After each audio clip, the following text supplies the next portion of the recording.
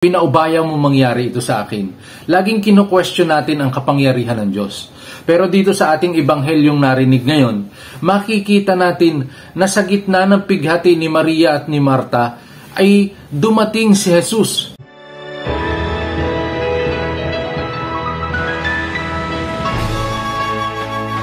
Marami sa mga Hudyo ang pumunta kina Marta at Maria upang makiramay sa kanila dahil sa paglao ng kanilang kapatid.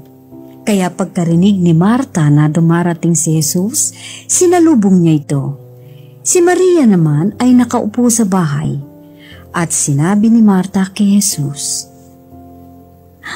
"Panginoon, kung naririto ka, hindi sana namatay ang kapatid ko. Subalit kahit na ngayon, alam kong ano man ang hilingin mo sa Diyos, ibibigay ito sa iyo ng Diyos." Sinabi sa kanya ni Jesus, "Babangon ang kapatid mo." Sumagot sa kanya si Marta, "Alam ko na babangon siya sa muling pagkabuhay sa huling araw." Sinabi sa kanya ni Jesus, "Ako ang muling pagkabuhay at ang buhay. Mabubuhay ang naniniwala sa akin kahit na siya ay mamatay. Hinding-hindi mamamatay ang bawat nabubuhay sa paniniwala sa akin. Pinaniniwalaan mo ba ito?" Sinabi niya sa kanya, Opo, Panginoon. Naniniwala nga ako na ikaw ang Kristo, ang anak ng Diyos na dumarating sa mundo."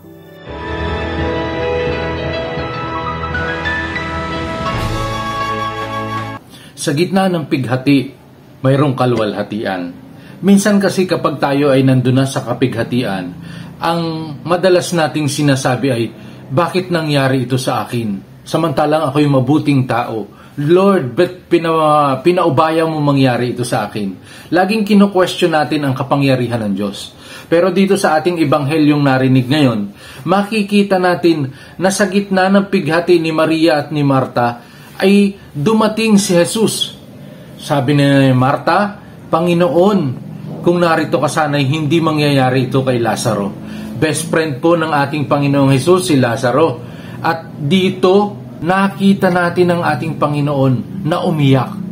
At dahil sa sakit ng pagkamatay ni Lazaro. Pero sa kabila ng kapighatiang ito, hindi bumibitaw si Marta at si Maria sa pananalig sa Panginoon. At nangyari ito upang mas lalong maipalaganap ang kapangyarihan ng Diyos. Binuhay ng ating Panginoon si Lazaro at sa pamamagitan nito, mas dumami ang mananampalataya at napatunayan nila na kay Jesus may buhay na walang hanggan. Mga kapatid, kung sinasabi ng ilan sa atin na habang may buhay may pag-asa, sa mga nananampalataya may pag-asa sa kabilang buhay. Kahit namatay ka na, alam natin at umaasa tayo na tayo'y muling mabubuhay sa kabilang buhay. God bless us all. Life is beautiful.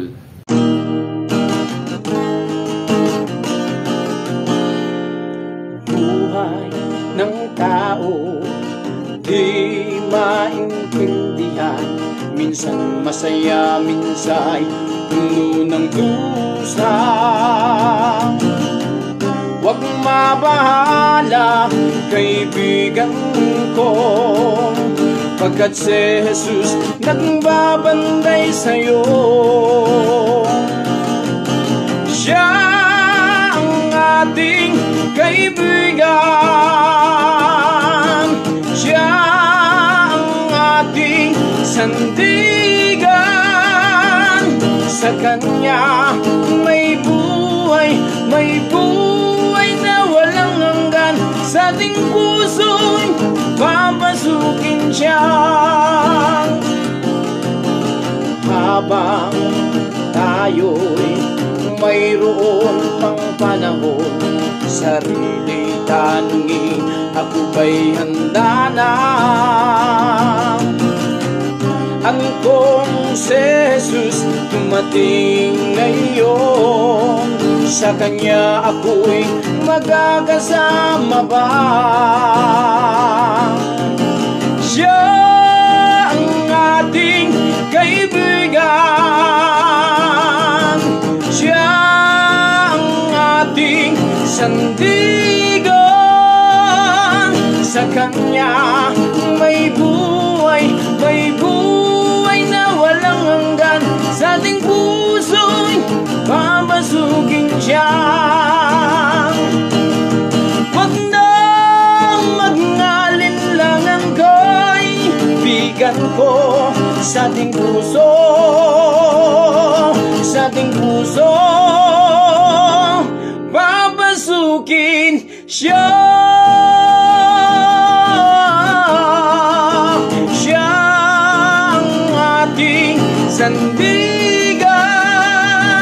Sa Kanya may buhay na walang hanggan. Sa ating puso'y babasugin siya. Sa ating puso'y babasugin siya.